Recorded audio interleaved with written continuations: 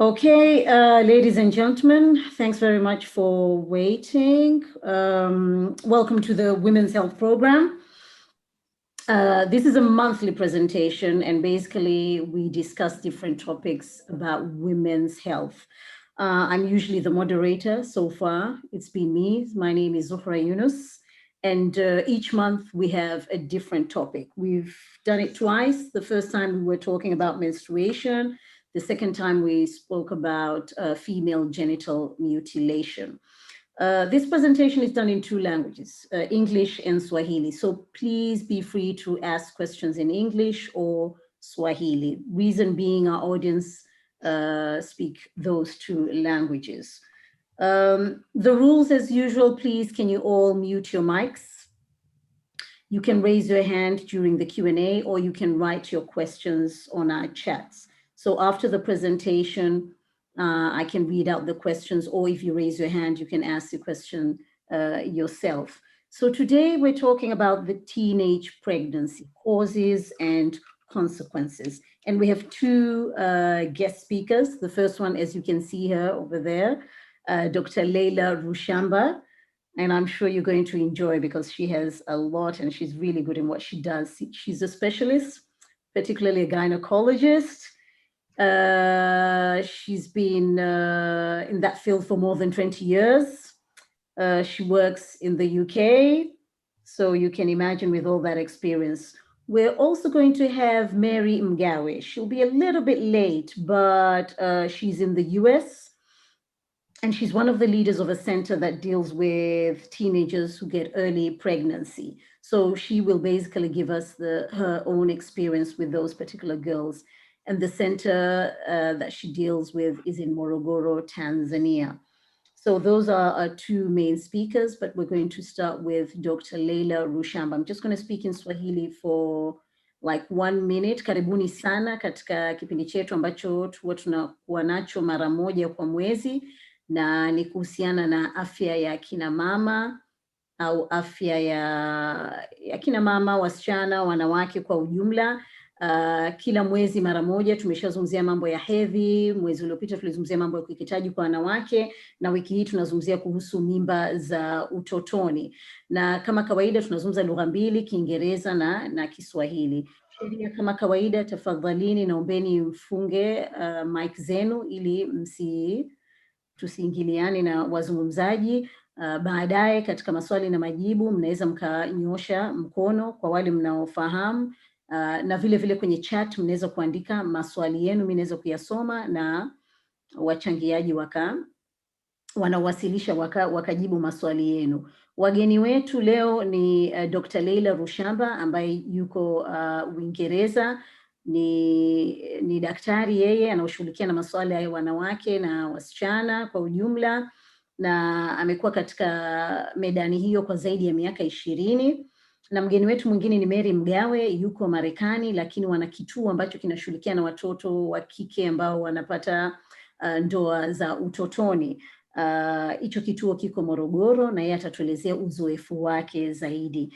Mwanzo Mary alikuwa hayupo, lakini nadhani sasa hivi ameshajiunga. Kwa hiyo tunazungumza kwa lugha mbili, Kiingereza na Kiswahili. Kwa hiyo maswali yenu mnaweza mkauliza kwa Kiswahili au mnaweza mkauliza kwa Kiingereza. So I think that's enough from me. So let's start with, as I said, we have two guest speakers, Dr. Leila Rushamba and Mary Mgawe. Let's start with Dr. Leila. You're welcome. Asante. Thank you very much. So thank you all for joining me again today. I mean, without you guys, we wouldn't be here. Kwa hivyo nawashukuru sana wote kwa kujiunga kuja kusikiliza kutokana na kipindi chetu cha kina mama. So today I have been given a topic to talk about children having their own children. Basically is teenage pregnancy. And I'm not going to waste too much time because Sister Zura have already introduced me. So I'll just move on and talk about what it means by teenage pregnancy. I'm sure most of us, or if not all of us, we know what teenage means. We have children, we've been there. So we know what teenage means. For those who are not quite sure, so In English language, when they say teenage, it means is the age between 13 and 19, so any age from 13 before 20. Kwa hivyo akina mama ambao hawafahamu vizuri kwamba teenage maana yake ni nini, ni umri ule kati ya miaka 13 na kabla ya miaka 20. Kwa hivyo ni 13 mpaka 19. Japokuwa miaka ya teen inaanzia kutoka miaka 10 na inahesabika from this age. And we know that this teenage is within adolescent time. So adolescent time scientifically is the very critical time actually, and it's very important for parents to understand this time, because the adolescent time is a time where there's physical, emotional, psychological development of the young person, basically, and there's a time for self-discovery and establishment of their lifelong patterns of adult behavior and relationship. This time is very critical. It's the time where it's filled up with an undefined status, increased decision-making, increased pressure, and search for the self, basically. And kwa hivyo ndugu zangu wanaongea Kiswahili, ni kipindi ambacho ni kipindi kidogo ni muhimu, na kinakuwa ni kipindi kidogo cha kinahitaji uangalifu kama wazazi na tunaoangalia watoto wetu wanaokua, pengine sisi hatukupata ile chance. Ni kipindi kwamba mtoto anapokuwa kuna mabadiliko ya kimwili, anakuwa of course kwa urefu anaongezeka, anaonekana amekuwa mkubwa, anaonekana amependeza, lakini kuna mabadiliko pia ya kimawazo na kiakili. Anakuwa anajaribu kujitambua yeye ni nani, anakuwa anataka kutafuta kwamba atakuwa yuko katika grupu gani, atakuwa nani anapokuwa, inabidi atoe maamuzi, anakuwa pia na wenzie wanakuwa kama wanakuwa wanamshawishi ili afanye nini. Kwa hivyo ni kipindi ambacho anataka kufanya maamuzi ambayo yatakamfanya yeye awe nani atakapokuwa. So why are we talking about this issue of teenage pregnancy? Is very important issue, actually worldwide is very important issue, and so many nations have been working to reduce the number, but the number is still high.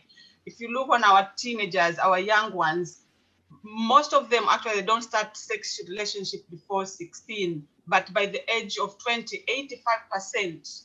That means you look like, if you take a group of 10 girls, you may find 8 of them have had sex, basically. It's that high, especially in Western world. That's the data from the UK. Therefore, it's very important. If they don't have enough information, they will end up having pregnant, obviously. If you look on the pregnancy rate in the UK, you'll find about 16.7 in 1,000 young people, they get pregnant before the age of 18. And if you look in Tanzania data, is about 117 in 1,000 girls, they get pregnant. Kwa hivyo kwa ufupi wa kina mama ni kwamba ukiangalia watu vijana wetu wanavyokuwa, wengi wao hawaanzi kufanya kitendo cha ndoa kabla hawajapita juu ya miaka 16, lakini karibu 85% wanakuwa wameshafanya kitendo cha ndoa wanapofikia miaka 20. Na ukiangalia kwamba kiasi cha inavyotokea kiasi gani wanapata ujauzito wakiwa bado chini ya miaka 18, kwa Uingereza ni kama asilimia unapata kama watoto 16 kati ya 1000 wanaweza wanapata ujauzito, na kwa Tanzania ni watoto kati 117 kati ya 1000 wanapata ujauzito. Ukiangalia namba hizi kwa nchi kama Marekani zinaenda mpaka 58. Kwa hivyo Waingereza sisi kwa nchi za Western Europe, nchi ambazo ukilinganisha na nchi ambazo zimeendelea kama Uingereza, tuko katika namba 1 katika teenage pregnancies. Kwa hivyo we have a very high rate in Western world comparable to our similar nation in the Western world of teenage pregnancy. So why is this very important? Why are we talking about this today? It's just because of the impact of teenage pregnancy. It's countless. The impact is countless, starting from psychosocial issues, where it depends on the culture where the girl is coming from, and this comes with a very big stigma. The girls themselves, they get shocked, they shame, they embarrassed, they become disappointed on themselves. Quite often they get rejected by the father of the child, and this leads to low self-esteem to themselves and the lack of confidence. Sometimes they get rejected by family as well, and this leads to abuse, or sometimes they can even be outcast. They end up in forced marriage or elope with any man because they don't have another choice, and this can lead to domestic violence, sometimes even suicide. Sometimes they get rejected by friends and community, and they get scolded, ridiculed, taunted. So it's quite psychological and traumatizing to young girls. kwa hivyo kina mama tukiangalia athari za kina mimba za wasichana wakiwa bado wadogo, ni kwamba zina athari ya kwanza inawaathiri kisaikolojia na vile vile katika mazingira wanayokuwa, kwamba wanakuwa kama vile wanaonekana wamekuwa kama doa vile kwenye familia, na wanakuwa wenyewe kwanza wanajiona aibu, wanajikuwa kama vile wanakuwa wanaona kwamba wanakata tamaa ya maisha. Wakati mwingine wanakataliwa na baba yule mtoto, wanakataliwa na familia, wanafukuzwa kabisa nyumbani, wanaishia tu labda kuolewa na mwanamume yoyote, au kumsababu mwanamume ambaye amempa mimba yule hana uwezo lakini anakubali tu kuolewa. Wanapata inaishia kuwa na unyanyasaji katika nyumba zao, wengine mpaka wanaishia kujiua wenyewe kwa sababu ya ile kubaguliwa katika familia. When we look on the second impact is the discrimination in the community. They get discriminated in both education and health discrimination. In education, is very common back home, especially kids get expelled from school just because they got pregnant. If you look on the data in Tanzania, more than 8,000 girls dropped out in school, from school in every year due to pregnancy, and more than 50,000 school girls have been expelled from school. If you look on health, when they go to the hospital, as healthcare professions, we have negative attitude. I must say this is very common back home in Tanzania. It's very common. People use wrong languages to them. They use words to make them feel unwanted, feel ashamed of what they've done, and therefore this has consequence of them avoiding going to seek any health care. Kwa hiyo wakina mama hapa nilikuwa naongelea kuhusu athari za hizi mimba za wasichana, kwamba wanakuwa pia wanabaguliwa wakiwa katika shule au wakiwa wanaenda katika hospitali. Katika shule ni kama wengi tunawafahamu nyumbani, sana watu wenyewe wanaacha shule au wanafukuzwa. Na tunajua kwamba Tanzania ni mojawapo ya kwamba mtoto akipata ujauzito anakuwa shule ndio imeisha. Afadhali nchi za Ulaya ambako mtoto akipata ujauzito bado anaweza kupata support kuendelea na shule. Na vile vile kwa Tanzania mtoto kama akienda hospitali vile vile anakuwa anabaguliwa sana, ananyanyaswa, anakuwa anaambiwa maneno kwamba yeye alisikia kwamba hatakiwi kuwepo pale. Kwa hivyo inamfanya mpaka yeye anakuwa hataki kwenda hospitali kwa sababu anajua akienda kule atanyanyaswa, na hii inasababisha kuzidisha matatizo ambayo tutakuja kuyaona hapo baadaye yanayotokea kwa ujauzito wakiwa katika umri mdogo. Dr. Sorry, I'm giving you 5 more minutes. Okay. For those who just entered, don't worry, we're bilingual, speaking both languages, English and Swahili. So the other impact is the medical problems. So we know that the teenage pregnancy, most of them, they're unplanned pregnancy, but nevertheless, they have much more poor outcomes. So when we talk about poor outcomes in scientific language, it means they have things goes wrong most of the time. It's not like your healthcare do something wrong, but they're pregnant ending up with complications. And most common, they end up giving birth to dead babies. Some of their kids, if they survive birth, then they die in young age. Some of the kids, they're born with low birth weight, and also they have poor mental health. And there are a lot of other medical conditions that can happen during pregnancy, which is very common in young people. There is also risk of illegal abortion, which is very common in Tanzania, because if they don't have service, they cannot access service for abortion. They end up doing illegal abortion, which leads in even more trauma and even death. So if you look at the data in the UK, most of the 50% of pregnancies of under 18 aborted, basically, and more than 60% of under 16, they end up in abortion. The other impact is economic impact. So, well, we know that they have not gone to school, they were expelled from school, they don't have jobs, and when they get pregnant, they produce a child. So this means they increase in population growth, but they don't have money to provide for basic necessities to their children, and they're less able to contribute to family finances, and therefore they end up living in poverty. So about 63% of young girls, they live in poverty after having teenage pregnancy. And this continue to, by the age of 30, about 22% of them, they live in poverty. And even their young father counterparts, they do the same. It doesn't end there. Their children as well continue the same cycle. Their children as well, they end up growing up without father. They have poor attainment at school. They become themselves either teenage pregnancy, or they get involved in the crimes. They've been abused, and the cycle just continue. So why are they getting pregnant at young age? There's so many factors, and these factors, they are multifactorial, we call them. The factors start from the girls themselves, family, and societal. So from the girls themselves, most of them you can see here is due to poverty. So you'll find if the girls start sex before age of 16, if they have been sexually abused, if they're not doing well at school and they don't like to attend school, they're more likely to get pregnant. If they are coming from, they have been cared after by anybody, whether a relative or they have been looked at by the care homes, they are also at a high risk. If they had an adverse childhood experience, this includes losing a parent while they're younger. This includes being a refugee, for example, or having any other bad experience. If they are involved in alcohol and drug abuse, if they don't have, most of them, they don't have aspiration to life, therefore becoming pregnant is like another choice. Mostly they don't have any education to sexual and reproductive health. They don't have any education, any knowledge to contraception or any life skills. And if they were pregnant before, it put them more at risk of becoming pregnant next time.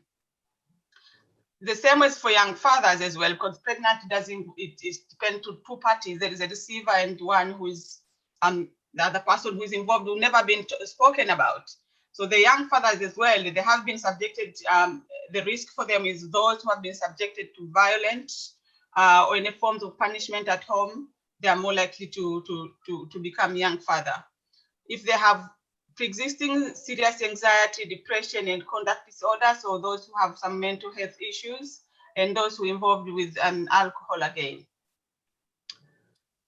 The other factor is family. So family is again poverty, take the lead there. In UK, we'd find people who are on free school meals. They're counted as they're in the group of low income, and a single parent household, single mothers, dating behavior. I'm not saying all single mothers, but their behavior, and mothers who were teen parents by themselves, and lack of positive family interaction, parental supervision, lack of positive parent-child communication, and the taboo of not speaking about sex. That most of the African family, we have this taboo, speaking about sex is something that is not acceptable in the family. So when we go to societal or cultural, again, poverty again, it plays role across the line. And this is very important because some kids, they have sex, they think because of transactional. Basically, they have to have sex to earn for their living. Some of them, they have sex because of pressure in the life, or peer pressure, or they have pressure to succeed in their life. Or some of them is just experimental. They want to see how it happens, how it is, from the curiosity, because they're young. You know, we have spoken about their psychological development. They just want to try things. Their mind is all over the place. And some of the culture, it's just the status of the woman. When you grow up, when you become a teenage, it's perceived that you need to get married and become a mother and raise up a family. This does not matter. So that means most of the families that they believe this, the girls will get married at less than 20, and they're more likely to become mother before their 20th birthday. So when we speak about prevention, Dr. Leila, one more minute, yeah? Yes, I'm just finishing up with the prevention. So the prevention, I think, is very important. We need to, if we think about the factors which make them to get pregnant, basically the prevention will be to counteract those factors. So scientifically, we believe that just abstinence is not enough to say that the teenager will not get pregnant. So abstinence alone without sexual and reproductive health, it does not work. And we need to build the knowledge, skills, resilience, and aspiration to young people so that they know what they're hoping in their future, and they have enough knowledge in sexual and reproductive health and they have enough knowledge in contraceptive services. Also, they have accessible services where they feel comfortable and confident to go and they can discuss with someone without any judgment, basically, and involvement of the parents. So we would encourage parents to be more involved in having open and honest discussion about sex and relationship, not only just to have at home, also to encourage the kids to attend these lessons at school. Why are we saying these three things are very important? Because the young people themselves, they were asked about the benefit of this. And majority of the kids, they responded. They said that if they have relationship and sex education at school, they are more likely to delay their first sex.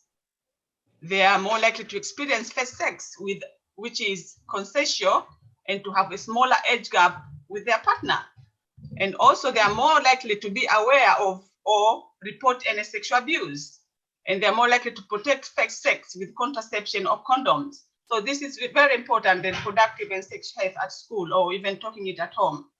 And when you talk again about how did they feel about the other benefit of the sexual and reproductive relationship and sexual education, they felt like they're less likely to contact any sexually transmitted infection, which is very important. Sexually transmitted infection, it comes with very consequences in their life, especially for young people. By applying those three elements that I've spoken about, sexual and relationship education at school and at home, education about knowledge and involvement of the parent, you can see how England graph about teenage pregnancy has dropped quite significantly. This strategy was started in 2000, and you could see going to 2008, there was a bit of slow decline there, but then these were enforced across the UK with a very good leadership and the proper funding. And you can see how steep the curve has dropped. Although UK, we're still at the leading curve of the rate of teenage pregnancy in the Western world or Western Europe, but has worked. So there is scientific evidence that this works. And okay, Dr. Leila. Thank you very much. So I would probably come back later with the questions. I'm sorry I couldn't go back to speaking Swahili because I was rushed with time, but I'm happy to answer any questions or in Swahili, or if I can clarify anything in Swahili. Thank you. Yes, absolutely. Thank you very much, Dr. Leila. I'm sure we will have a lot of questions. As I said, we have two guest speakers, Dr. Leila Rushamba, who has just spoken, and Mary Mgawe. I think, Mary, you're around. I introduced you earlier that you are one of the leaders of a center which is in Morogoro, Tanzania. You live in the US, but you are highly involved with this center. So I believe that you are going to give us your experience with these girls who get pregnant in a very quite young age. Karibu sana, Mary. You can do both languages, English and Swahili. And please write your questions on our chat and raise your hands later. So please be free to write your questions in any language, English or Swahili. Karibu, Mary. Thank you very much for this opportunity. And on my side, I'm going to talk about the testimony. Thank you so much, Dr. Leila Rushamba, for that experience that you have given to us today. And I do believe with this, we are going very well on this discussion. Mimi nitazungumzia kidogo tu kuhusu testimony ambayo nimeipata, na kitu ambacho nimekidaka wakati Dr. Rushamba akizungumza ni kuhusu katika kituo changu cha Morogoro Rise and Shine Foundation ambacho kina host watoto ambao wamekabiliwa na gender violences. Hii ya teen pregnancies ikiwa ni one of them. Nina watoto karibu 8, kituo kina watoto karibu 35. Actually tuna host 50, wengine nje, lakini wanaokaa boarding school wako 38. Kwa hivyo nina watoto pale kama 8 ambao wamekumbwa na hili tatizo, na kwa bahati mbaya hawa waliokumbwa sio wale ambao labda naweza nikatumia tu neno kidogo labda kwa utundu. Hawa mimi huwa natumia zile ghasia za kingono. Ni mtoto ambaye pengine labda alikuwa ametoka shuleni akanunua samaki, akachukua samaki kwa ajili ya kwenda kumsaidia mama yake kuuza huko kijijini ili aweze kusaidia familia, lakini sasa on the way back akakutana na watu wabaya, pengine wakambaka. Walivyombaka akapata ujauzito, hakujua nini cha kusema, wapi pa kushtaki. Kwa akajikuta amepata ujauzito huo, hamjui baba, pengine ni mtu mmoja ama ni watu wawili waliofanya hicho kitendo, lakini sasa matokeo yake anajikuta yeye ndio victim. Shuleni inabidi asiende. Mfano mzuri ni hivi, just last week tu nimepokea mtoto kutoka Tanga ambaye inasemekana kwamba alibakwa na babu yake kabisa, na amezaa mtoto. Kwa hiyo amekuja pale kituoni, maziwa yakiwa yanatiririka, mtoto wake huyo kichanga chake amekiacha katika mission ya masista wa Kilee ili aletwe pale aweze kujaribu kusaidiwa kurudishiwa matumaini. What we are doing there, tunajaribu kutafuta private school. Sasa kwa sababu huyu yuko darasa la 5 kwa mfano, tunajaribu kurudi sasa kuona kama bado hajafutwa katika mfumo wa elimu, kutafuta shule nyingine ambayo anaweza akaingia pale, kumtoa katika yale mazingira. Just imagine mtoto anaripoti kwamba amebakwa na babu, anazaa, anamaliza kuzaa, alafu anarudi kwenye nyumba ile ile anaendelea kuishi na babu. Angalia hiyo traumatization ambayo anakuwa nayo kichwani kwake.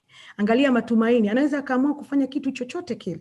You see? Kwa hiyo mimi nimedaka kitu kimoja ambacho Dr. Leila alikuwa anakizungumzia, ni kuhusu kushindwa kuzungumzia kuhusu elimu ya sex. Kwamba kama wazazi na shule zetu za Afrika especially Tanzania zingekuwa na hiyo nafasi ya kuzungumzia kuhusu mambo hayo na kuwawezesha watoto wetu wadogo kwamba kuwaelewesha hii na maana gani, pengine labda 1% kubwa watoto ambao wanakumbwa katika hizi hatari za ndoa za utotoni wangeweza kujikuta kwamba wanaziepuka. Lakini hata anapokabiliwa na zile ghasia za kingono za kutaka kubakwa, anaweza pia akadefense yeye mwenyewe. Lakini unakuta sometimes saa nyingine mtu anaweza akadanganywa tu kwa kitu kidogo, anajikuta ameangukia kwenye ile tendo. Kwa hiyo nilikuwa nafikiria kwamba kwa experience hizo, kwa testimonies ambazo nimeziona, kitu kingine pia ambacho nimekishuhudia ni umaskini. Umaskini kwa kweli umechangia kwa kiasi kikubwa sana. Watoto wanapelekwa kufanya kazi katika mashamba ya mpunga wakiwa watoto wadogo sana. Wanakwenda kule, yanayotokea kule shambani mzazi hata ajui. Mtu anakuja anadanganywa tu, anaambiwa hivi na hivi na hivi, anafanya kitendo siku ya kwanza, anaendelea kwa kudanganywa, sio kwa sababu alipenda. Lakini nafikiria kwamba kwa mijadala kama hii, ingawa hatuna labda sheria kali katika nchi zetu za Afrika pengine, na kwa upande wa Tanzania tumeshuhudia tu matamko kwamba uwajibishwaji pia wa wale wanaofanya kitendo hichi na kupelekea mimba za utotoni kwa watoto ungekuwa unachukuliwa kwa hali ya juu sana. Kwa kweli nadhani tungeweza kuwa tumefika mahali ambapo zikapungua kwa kiasi kikubwa, hata kama hatutatokomeza kabisa ama kumaliza kabisa. Lakini jambo lingine ni kuhusu kuwawezesha. Hawa sio wahalifu kiasi hicho. Mtoto kapata mimba, kazaa mtoto, lakini nadhani kwamba bado anastahili kuwezeshwa. Nadhani kwamba bado anastahili kusaidiwa psychologically, lakini kusaidiwa katika mazingira yote, kuambiwa hey, hili ni kosa limetokea, kama ilikuwa tu ni katika hali ya utundu, lakini kama ilikuwa ni katika hali ya kuvamiwa, basi anasaidiwaje kisaikolojia na jamii yote. Lakini jamii zetu mara kwa mara nimeona na points ambazo pia zimetolewa hapa na msemaji aliyopita, ni kwamba unajikuta kwamba tuna isolate completely. Tunaona kama hawa ni watoto wahalifu kabisa ambao hawastahili kuwa katika society. Kwa hiyo kwa testimonies na experiences ambazo nimezipata katika kituo, kwa kweli wanahitaji kukumbatiwa, wanahitaji kufundishwa upya, wanahitaji kuwezeshwa kimawazo na kuambiwa kwamba no, this is not the end of the road, this is not the end of the world, kwamba you can do better than this. Unaweza, japo kwamba kitu kimetokea kama hiki, kinaweza kikasahihishwa. Mtoto wa darasa la 5, yeye bado ni mtoto, haelewi chochote. Amezaa mtoto, ameacha mtoto, analelewa na huko mtu mwingine. I'm telling you, you see watoto pale kituoni wanacheza rede. Wameshazaa, wameacha watoto huko, wako pale wanacheza rede. They don't even think about their kids ambao wamewacha huko nyuma. Kwa hiyo watoto kama hao wasiposhikwa tukawasaidia na kuwaeleza, kuwafundisha hii masuala ya sex na vitu kama hivyo, atarudi atafanya kitendo kama hicho. Sasa ni wangapi ambao wanapata nafasi za kusaidiwa namna hiyo, na ni wangapi ambao hawapati nafasi? Kuna wengi sana, pengine wangesaidiwa, tungeweza kutoa marais, tungeweza kutoa madaktari, tungeweza kutoa mapilot, lakini wameacha tu, ndoto zao zimekufa. Matokeo yake nini kinaangukia? Ndoa za utotoni.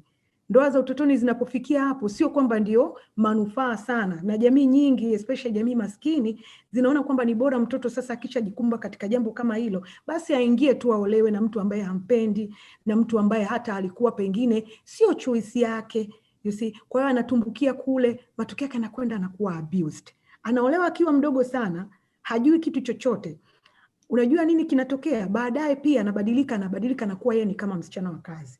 Watu wa vijijini, ndoa za mitaala ni kibao, mtu anamuolea mke mwingine tena. Kwa hiyo hakuna hata enjoyment yote ya maisha yake.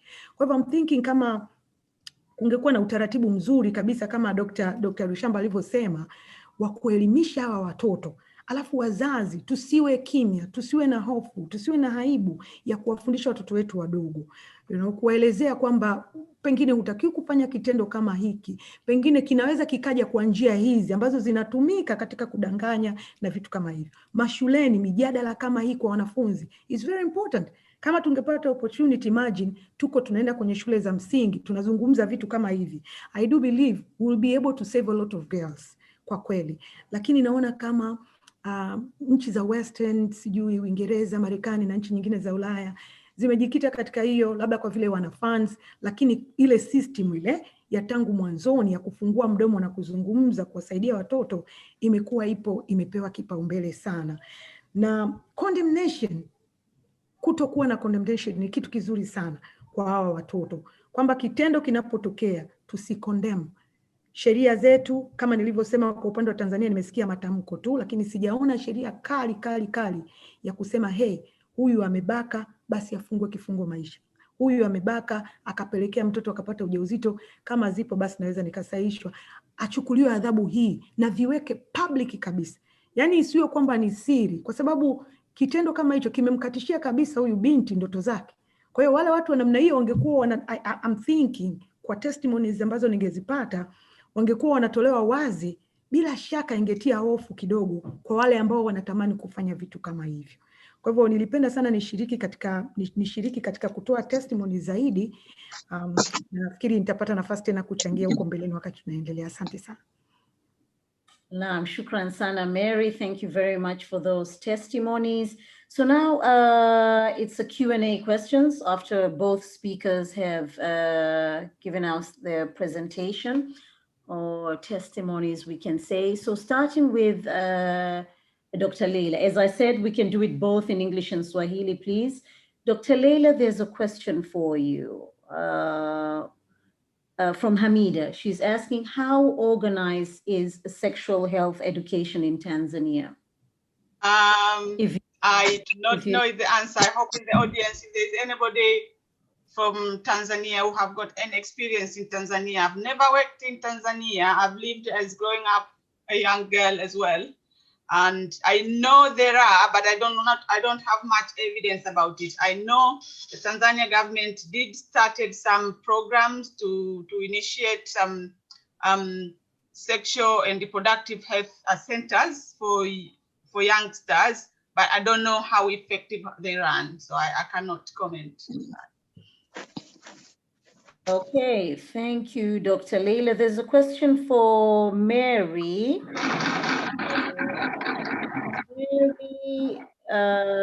Swali hili kwa Kiswahili anasema ulisema watoto mlionao ni 30.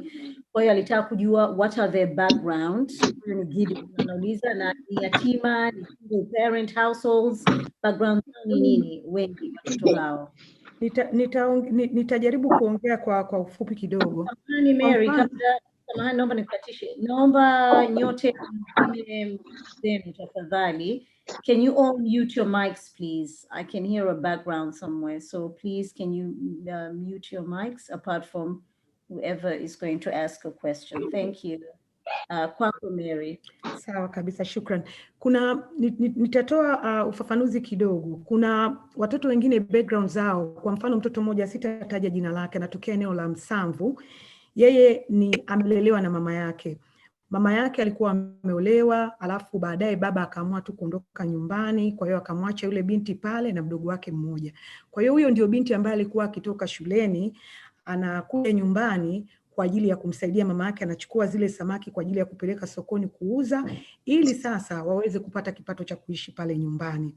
Kwa hiyo baadaye akakutana na hilo janga. Alikuwa form 4 mwaka 2019, ambapo ilimbidi akatishwe masomo alipopata ujauzito. Kwa hiyo sasa kitu kilichotokea, inaonekana kwamba kwa utaratibu wa Tanzania, ukipata tu ujauzito, ripoti zikipelekwa shuleni unafutwa kabisa katika system, because kuna tamko kwamba ujauzito, ukishapata ujauzito huwezi kuendelea tena na shule. Kwa hiyo huo ni mmoja, anatoka eneo la Msamvu, na ili happen kwamba amekuja kituoni kwetu pale, sasa amekuwa pale, amepata kusaidiwa kisaikolojikal, lakini pia amesaidiwa kushona cherehani, amesaidiwa kujifunza kompyuta hapa na pale, mpaka this year ambapo amepata sasa ufadhili. Kitu tunachofanya, tunatafuta wafadhili binafsi ambao wanaweza kuwasaidia watoto kuingia private school. Kwa hiyo yuko pale Morogoro, yuko kituoni pale, anaishi pale boarding, lakini anatoka asubuhi anakwenda kusoma private pale, amekubaliwa, I'm so happy, na kwamba amerudia form 3 sasa. Akimaliza form 3 ataingia form 4, atafanya mtihani wake. Na I do believe kwa sababu namba zimeshapatikana, huyo mtoto akifanya vizuri ataendelea 5, 6, you know. Lakini kuna huyo mwingine sasa ambaye nimetoa ushuhuda wake, anatokea Tanga, ameingia kituoni tu just last week. Yeye alibakwa katika mazingira, alikuwa analelewa na baba na mama walikuwa wamefariki. Kwa hiyo babu akachukua kumlea yule mtoto. Kwa hiyo ndio mambo yakawa yanaendelea kama hivyo nilivyosema, vitendo hivyo vikafanyika mpaka amezaa akiwa darasa la 5. Baadaye mama mdogo akamchukua baada ya hilo tatizo kutokea, wamepelekana kesi. What happened ni kwamba babu ameshinda kesi. Babu kashinda ile kesi, sijui ni kesi za vijiji, sijui ni kesi za aina gani, evidence zote zinaonyesha. Kwa hivyo sasa binti amerudi nyumbani kwa babu na kale kachanga. Kwa hiyo ndio katika hizi zima group watu waka reach out kusema jamani, huyu mtoto anaumia sana, atafanya kitu kibaya, itapelekea hata kujitoa maisha, lakini hajielewi. Ndio kusema sasa kuna mission, nikasema tutachukua kitoto kichanga, lakini kama kuna watu watajitokeza, nikasema here I am, bring her to our school, tuone jinsi gani tunajitahidi kumrejesha shule. Lakini tatizo linalojitokeza ni hizo system, kwamba kama sasa hivi huyu binti amekuja Morogoro, just last week ameanza shule kwa sababu shule zimefunguliwa. Uhamisho wake sasa kule Tanga unakataliwa because alishatolewa kwenye system. Wanaandika kitu kinaita kwamba huyu mwanafunzi yuko nje ya mpango. Kwa hiyo tunapomleta sasa, kitu tunachoambiwa ni kwamba ataendelea kusoma, yuko darasa 5 mpaka amalize darasa 7, lakini hatafanya mtihani wa darasa la 7. Kwa hiyo what happened, atasoma tu, baada ya hapo tumtafutie tena private school, labda mission hizi ambazo zinaweza kumchukua aendelee form 1 form 5. So when I think about those things, kwa kweli nikiangalia mimi kama mama mwenye watoto 3 na mtoto wa kike ninayo, I feel so sad kwa taratibu ambazo zipo za namna hiyo. Kwa hiyo nimeulizwa kuhusu background za watoto, wengi ni watoto waliotoka katika maisha ya kimaskini sana, lakini ni watoto ambao pia wengine wazazi wao wamekufa. Ni huyo mmoja tu ambaye kwa kweli alikuwa anaishi na mama yake, jambo likamkuta. Lakini wengine ni wale ambao wanapigwa danadana wakati wazazi wakiwa wameshafariki ama hawako pamoja. Anachukuliwa na mama mdogo, anaambiwa nitakusaidia kusoma. Anafika kwa mama mdogo pale, anakuwa house girl. Anakaa pale, anapigwa danadana, hapeleki shule. Akitoka hapo anaenda nyumba nyingine ya ndugu mwingine. Kwa hiyo wanageuzwa kama ni wafanyakazi wa manyumbani. Anaishia kufanyiwa kitendo pengine na ndugu wa mule ndani kwa yule mtu ambaye amesema kwamba anamlea. Unaona? Alafu unaambiwa kwamba hichi ni kitendo cha aibu, usikiseme nje. Familia itaingia matatizoni. You see? Kwa hiyo watoto namna hiyo ndio ninao kwenye kituo. So I'm thinking kama wazazi, kama nilivyosema, wakina mama na society yote kwa ujumla, we should be open to speak about these things ili tuweze kuwakomboa watoto wengi zaidi. Kwa hiyo hiyo ndio background ya watoto ambao ninao. Asante sana Mary. Nadhani Gideon natoka ameridhika. So as I said, we have people who speak English and Swahili as well. So can we kindly mix, please? Ask questions in any language. So now I have somebody who's just raised his hand. Imani Kondo, you can ask your question. Karibu. Hello, asante sana. Mine is not pretty much a question, but I just wanted to add a little bit on the 2 presentations. Thank you very much to Dr. Leila and Dada Mary for very good presentations. One point to Dada Mary's presentation, she mentioned about punishment for rape in Tanzania. In Tanzania, the Penal Code, Article 131, says punishment for rape is imprisonment, life imprisonment, or in any case, imprisonment for not less than 30 years. So there is law for punishment for rape. But you mentioned another very good point that sometimes families do not even want to report these cases because they feel that it's a shame, they don't want to report. So the community now should support the report of these incidents so that, you know, the law or justice can take its course. To Dada Leila, thank you very much again for your very good presentation, well detailed. I just wanted to mention one thing on the point of, you know, the law in the UK. And this is particularly for parents who've got teenage girls or are going to have teenage girls, so that they know how is the law in the UK regarding abortion or termination of pregnancy. Yeah. So in the UK, the law allows termination of pregnancy on 5 grounds. And those grounds are mainly whether, you know, either the mother may be affected physically or psychologically, or whether the pregnancy, you know, is not a healthy pregnancy, or whether the child, if born, will not be able to live, you know, normal life. Any woman who is pregnant can request to have termination of pregnancy. And as Dr. Leila said in our presentation, that more than 50% of those who are pregnant before the age of 18, they end up terminating those pregnancies. So it's good that as parents in the UK, as a parent of a girl, it's good you understand how the law is and how to support, you know, your child if, you know, your daughter finds herself in a situation like that. Any person who requests to have a termination of pregnancy in the UK does not need to have, you know, a parent or a guardian or anybody accompanying them or supporting or agreeing with their request for that. So as long as they are above 13, they can have abortion, and the healthcare worker is not obliged to, you know, inform their parents. If they're below 13, the law is a bit different because then you need to involve safeguarding team in that regard. So I just wanted to add that so that, you know, parents understand that the law, you know, your girl can go and have an abortion, and they haven't broken any law here in the UK. Yeah, thanks. Salam alaikum. So Jamila, can you mute your mic, please? We can hear you talking to another phone, please. Sorry. Thank you. Yeah, so thanks very much. I just wanted to add a little bit of that. Oh, thank you very much, Iman. I think that was very, very useful. Back to Dr. Leila. I was just thinking while you were doing your presentation, before I read another question from Abu Aziz. You did mention the rejection. The father of the child might reject your pregnancy. With your experience here in the UK, is it that rampant compared to Africa? Because I think it happens a lot in Africa, but maybe not much here in the UK. Is that so? Yeah, thank you. I think, yeah, it happens all over, because remember, when we're talking about teenage pregnancy, probably in this group, we're focusing about our community, and we're not talking about probably British boys or something like that. And so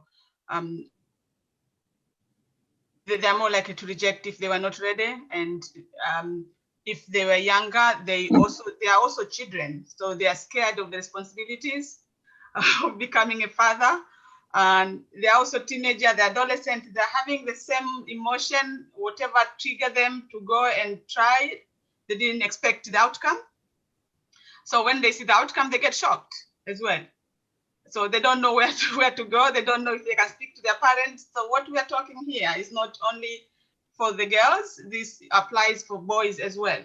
So if we're talking about sex and relationship within family, it doesn't mean it's only to speak to the girls, because you see girls pregnant. We don't see boys have impregnated a girl. And the problem remains with the girl's family, because the boy just comes home quietly. He doesn't speak what he has done outside. We need to speak to both ends. So they still, yes, they do reject as well, because they think, I can think of my son, if he impregnates somebody outside, because he knows, Mom, how am I going to react to that? He's not coming to tell me, although I'm preaching here talking about sex and relationship. I'll be shocked. I'll be like, what happened? What did you do? So more likely he's not going to come and talk to me.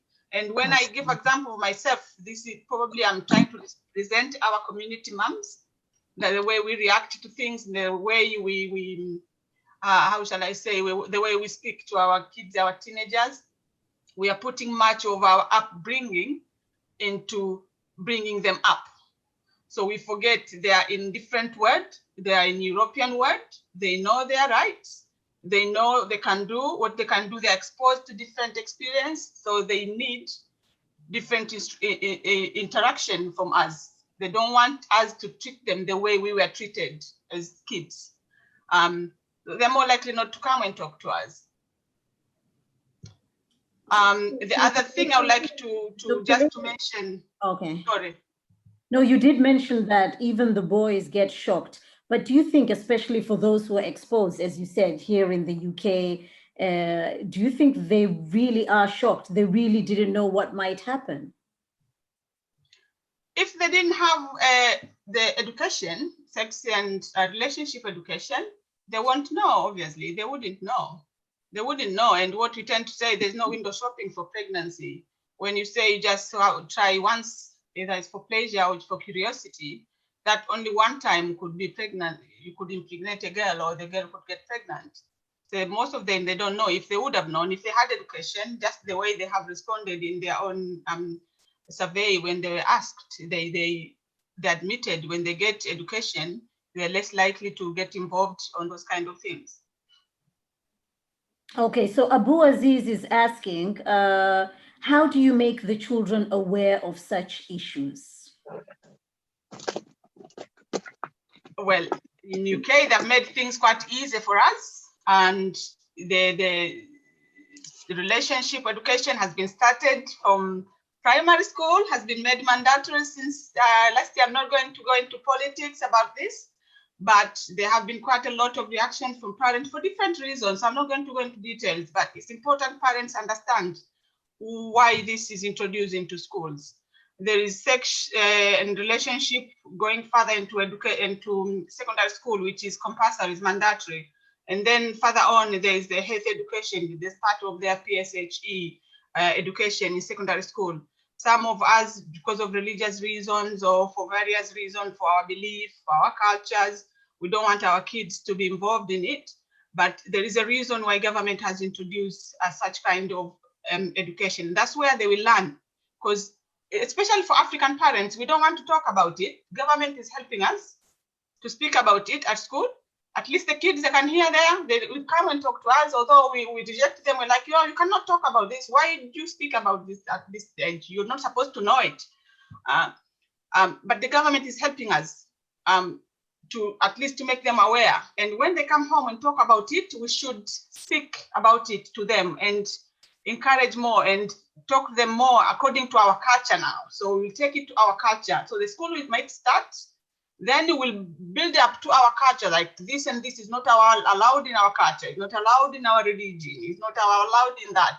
So we can build up at home. So it's education, all aspect education is not one part work, is involvement, as we have seen, the factors involved from the child, family, and society, community, building up. So we have to work all of us together to involve and to teach the children to be aware about this.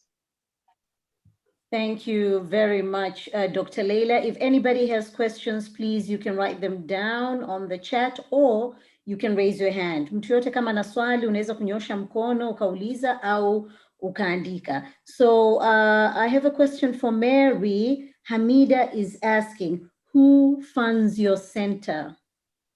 And a lot of people have been talking about your center, wamefurahia na wanasema unafanya kazi nzuri, Mary.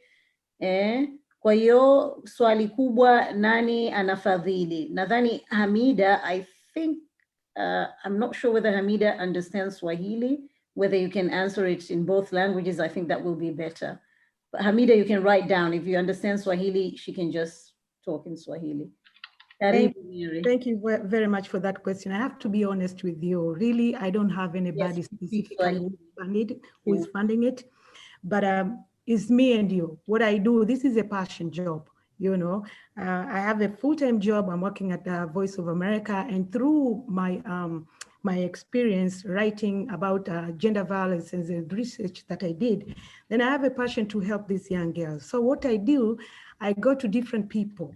If I know Dr. Rushamba there, maybe her can help, I go, I tell her my vision, and then I ask for donation. If she wanted to participate in bringing food, if she wanted to participate in bringing maybe uniform and stuff like that, that's how I go.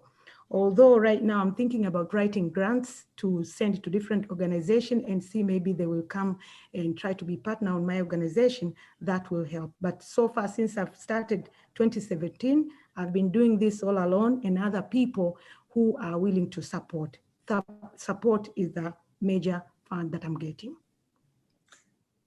Thank you very much. So I think you might have supporters that who would like to contribute, hopefully. Going back to Dr. Leila, we don't have much time. So if you do have questions, write them down. I think we have we can do some extra 10 minutes.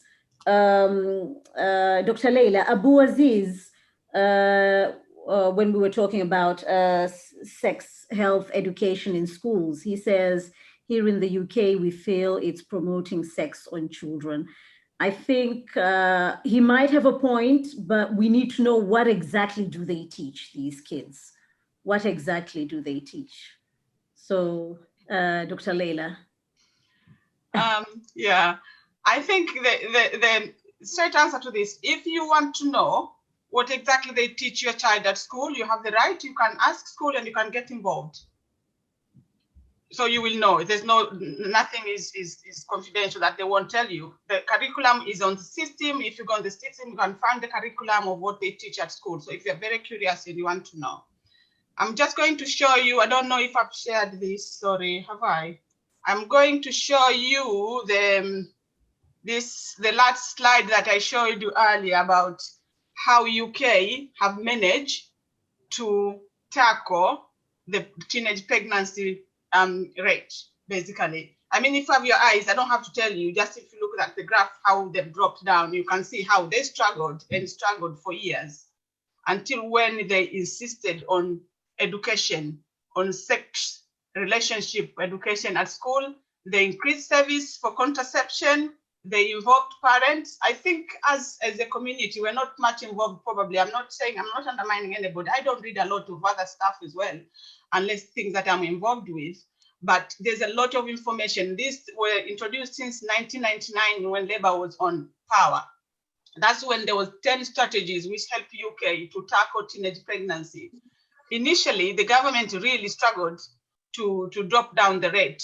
And they reviewed at some point, I don't know if you can see, they reviewed at some point, it started about 1999, that's when it started. So you could see how it struggled. And 2005, the target was to halve the rate of teenage pregnancy rate in 10 years. That's what their target, to halve it, just 50%. So they found halfway, that didn't go anywhere. They reviewed it and they funded, they put some leadership. And they came up with this, what they called 10 key factors for effective local strategies. So they gave the local authorities the strategy that they should look at and look at the areas where are they missing. That include the key point here with sex and relationship education in schools. They were supporting for parents to discuss relationship and sexual health. There were also some contraception, youth-friendly contraceptive and sexual health service and condom services. So basically these condom schemes, they were started at schools. They put condom dispensing machines at school. They put these telephone lines where teenagers can call at any point, whether they had sexual activity with somebody and they don't know what to do. They don't want to get pregnant.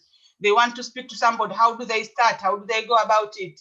They put a lot of things about this. So there were these 10 strategies, which actually now is a good example worldwide, and who is going to adopt this as a 10 commandment to suggest in countries who are struggling to control their teenage pregnancy rate. Thank you, Dr. Leila. I think that is debatable. When you start talking about condoms in primary schools and secondary schools, so I think now we start talking about, sorry. It's not primary school, secondary school. Secondary schools, yeah. I think for other parents, that's tricky as well. Like, what? Yes. My kids use condoms, but yeah, that's debatable. That needs a whole day. I know it's the whole day. However, if you just think that your child is not coming to tell you, Mom, I'm going to have sex. Okay? So if your child is not equipped with knowledge, there could be accidents, just like what has happened, what Sister Mary has said as well. There could be some abuse. There could be some, they have been raped. They need to know where to go. At least they can stop that pregnancy from becoming a pregnant, that one act with a man who they didn't intend. Hence, the services that they can go and get the service. They can get morning after pills, we call them. If they were encountered in one sexual activity, they could have been drunken. Our kids drink. We think they don't drink. We sit in our homes. Our kids drink. Our kids come to our hospital for termination of pregnancies. We don't tell parents they have the right. Just how Dr. Kondo have said, they have the right to go and terminate their pregnancy. They're not going to be denied. We're not going to ask you. In London, people who work in central London, most of East African girls, they go to centers. Termination of pregnancy comes with a lot of complications. They do go and do things. So if we think we don't want to get involved with this thing, they do much worse things that we don't know. So it's better to help them rather than thinking they are all angels or they won't do it because of our cultures. They are a different culture now. All right. So basically you're saying parents should be more upfront with their children and discuss about these things. Frank Minja has raised his hand for quite a while. Frank Minja, please, you can ask your question or if you want to give out advice. Karibu. Asante. This is a very important topic. Asante sana Dr. Rushamba na Mary na mwendesha mada kwa hii topic. Mimi ombi langu ni kwamba tuwe na mada nyingine ambayo itagusia sex education that is culturally appropriate. And I don't even know what that is. Kwa sababu kabla ya wakoloni tulikuwa na elimu ya jando. Na wasichana na wavulana walikuwa wanafundishwa their respective roles. Na kwa kiasi kikubwa baada ya ukoloni elimu hiyo imefutwa, ikabadilishwa ikawekwa elimu ya kidini, which pretty much criminalizes sexual activity before marriage. Kwa hiyo wengi wetu tumekuwa with this conflicted education rather, kama kuna education yoyote. I mean, I think all of us can reflect. I didn't really get any sex education myself. Kwa hiyo tumeungaunga hivyo hivyo. And I would say most of us in the community in that sort of experience. So pengine we can bring people who give this education to kind of express our concerns, and while wasikie what is culturally appropriate and where can we meet in the middle ili tackle this thing. It's not an easy topic. I would say most of us cannot talk about sex with our parents. So that means you probably cannot talk about sex to your kids. So just start there. But I am very impressed in Naizo statistics from the UK. And personally, I'm very touched pia kwa sababu I know young teenage pregnancy is a big factor for maternal mortality. And Dakota just had a whole seminar on maternal mortality. And Tanzania happens to lead in that horrible statistic, maternal mortality. And that is in no small part kwa sababu ya teenage pregnancies.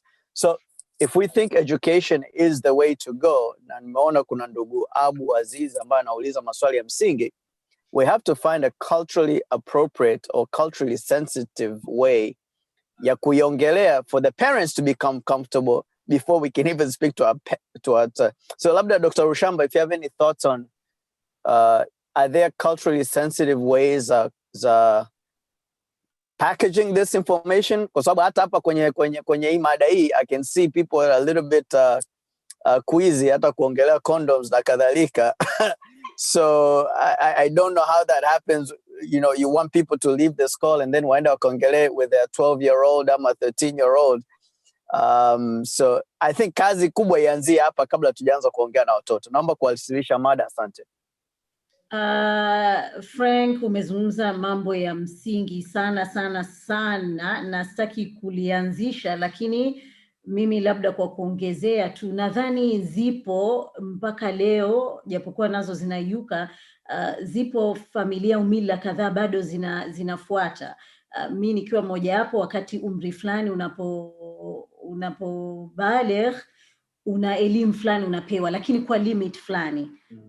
Unapoolewa kuna mambo fulani unaambiwa. Sema tu nadhani kuna tofauti za mila nyingine unapobaligh tu tayari unaambiwa na kila kitu mpaka ndoa na kila kitu, lakini kuna mila zingine unaambiwa nusu bin nusu. Hapo umekuwa utafundishwa usafi, utafundishwa vitu kama hivyo. Kwa hiyo nadhani, lakini hiyo nayo ni topic kama ulivyosema, ni topic ya peke yake. Kuna watu wengine bado zinafuatwa mpaka leo, wengine tulipitia. Kwa hiyo tunaweza tuka testify kama tukiamua kufanya hiyo topic. Lakini Dr. Leila, unaweza kuongezea, Mary unaweza kuongezea, na mtu yoyote mwingine. Asante.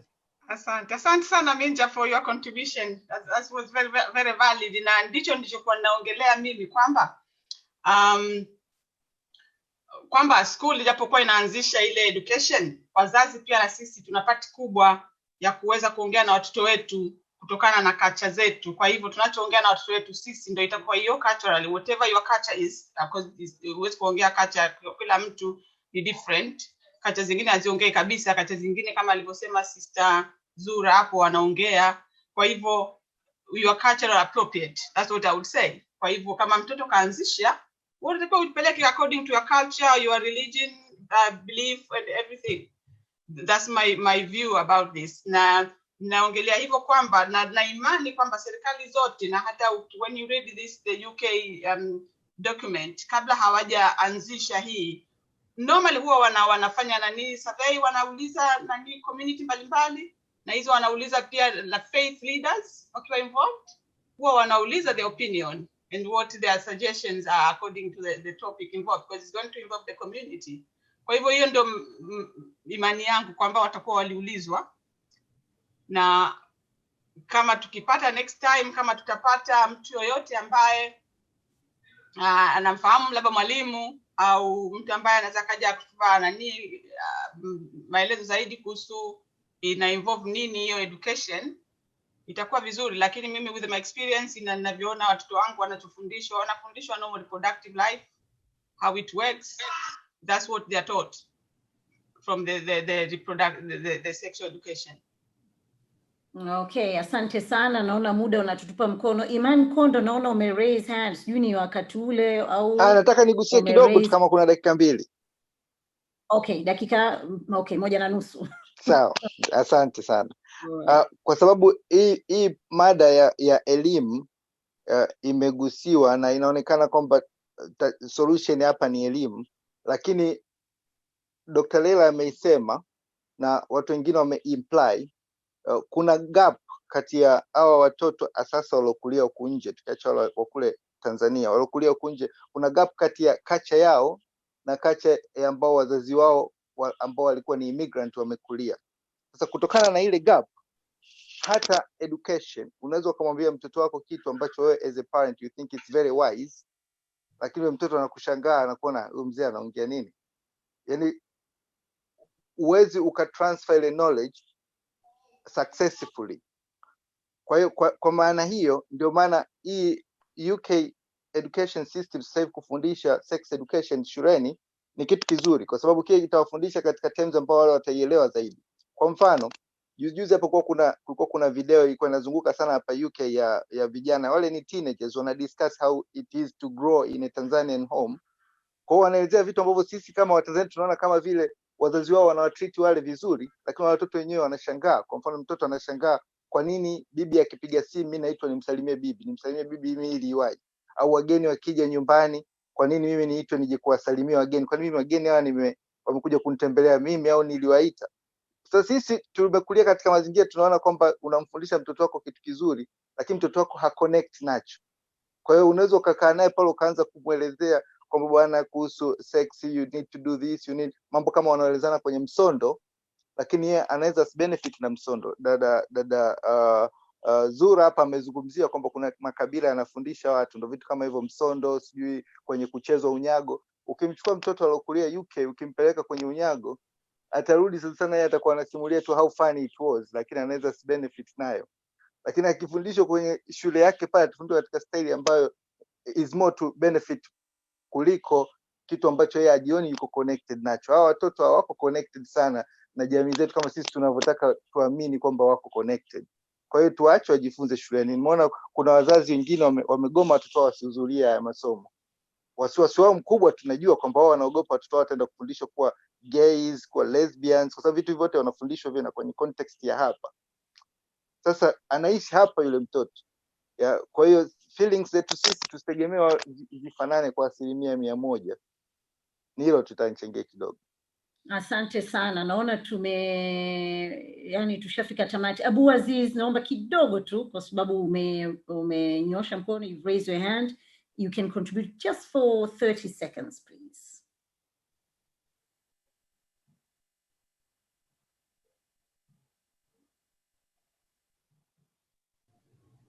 Abu Aziz, do you want to contribute? Abu Aziz, unataka kuchangia kitu? Samani nilikuwa nasema kumbe mic ilikuwa iko off. So, samani. Karibu. Nasema kuhusu kumpa mtoto contraceptives na kumpa hizo condoms.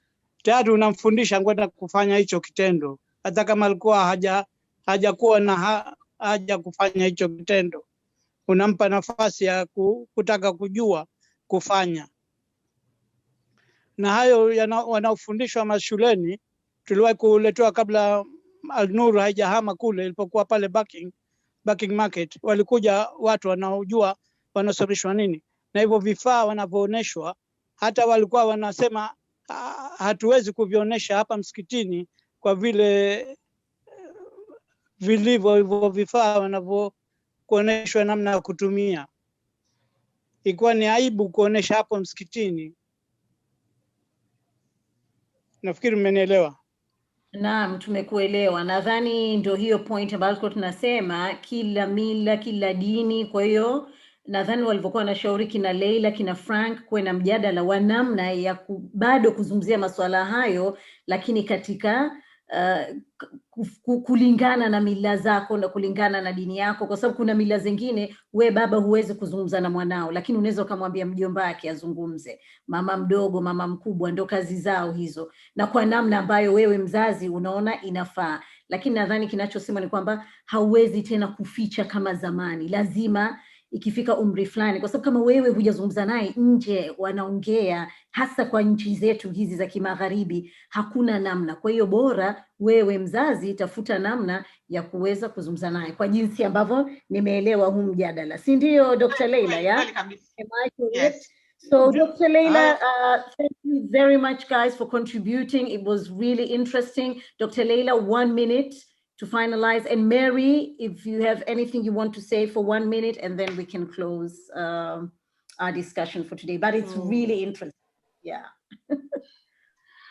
Mimi nashukuru sana wote waliochangia mawazo yao hapa, and ile ni sensitive topic na ni topic ambayo watu wengi hawapendi kuongelea ili jambo, lakini nafikiri tumefika katika wakati ambao tunatakiwa tuweze kubadilika, tuishi kutokana na pale mazingira tunayoishi, kwa sababu kama sisi tusipotaka kubadilika kuwafundisha watoto wetu, watafundishwa na dunia ya nje na itakuwa imekuwa too late tutakapokuwa tumegundua. Asante. Kabisa. Mary, tafadhali na wewe lolote la mwisho. Umetueleza uzoefu, kwa kweli watu wengi wamevutiwa na maelezo yako. Mimi niseme tu nishukuru sana kwa kushiriki katika mjadala huu. Hata mimi pia nimejifunza vitu vingi na statistics zilizotolewa na michango ya watu, lakini niwaambie tu kwamba tusiogope kuzungumza. Yamkini sisi katika kule nyuma tulikopita tukuambiwa mengi zaidi, na labda shangazi alikuambia lakini akabanabana, au mjomba alikuambia akabanabana. It is about time kuambia watoto wetu, na especially sisi ambao tumepata nafasi labda wa kuwa nje huku magharibi, tunaona watoto wetu wanafundishwa shuleni, to be apply hivi vitu kupeleka kule kwa nchi zile za Afrika Mashariki. Tanzania kwa mfano, vijijini kule watoto wanateseka sana, wanakuwa isolated, wanaumizwa bila sababu. Hii yote ni kwa sababu wazazi hawajapata elimu ya kutosha. And I do believe kwamba tutakapopata mjadala mwingine, pengine tutaleta pia wale wataalamu kabisa ambao wanajua jinsi ya kueducate kuhusu haya mambo. Watakuja kutusaidia kutueleza wapi wasiguse katika mila, wapi wasiguse katika dini, wapi waguse wafanye. Yani itakuwa ni kitu ambacho kitatupa sisi roadmap ya jinsi ya kuendeleza hichi kitu mbele. Asante. Thank you very much, Mary Mgawe. As we presented from the beginning, she has a center in Morogoro, Tanzania, dealing with girls of early pregnancy. We had Dr. Leila Rushamba, a gynecologist for more than 20 years. Thank you very much for your presentations. Thank you everybody who contributed. I think this is a very interesting topic. I hope we will have another topic, as Frank suggested. I think that will be very, very interesting for maybe next month. I don't promise anything, but we'll try and work that out. Nashukuru sana nyote mliohudhuria, mliowasilisha mada, mliochangia, mmeongeza nguvu sana katika mjadala huu, mliouliza maswali, na najua bado kuna mengi, na najua tutavutana sana hasa katika hili swala, manake kuna mila na dini zimegongana hapo, ni mtihani kwa kweli, na inajulikana wazi, sio siri. Kwa hiyo kama tutaweza kuandaa mjadala mwingine wa aina hiyo, inshallah tutajitahidi, na kama kawaida tutarusha hizo Zoom, na tungependa nyinyi nyote ambao mmekuwepo hapa mhudhurie, na utaalamu wenu itasaidia sana. Shukran sana. Thank you very much. Have a lovely weekend.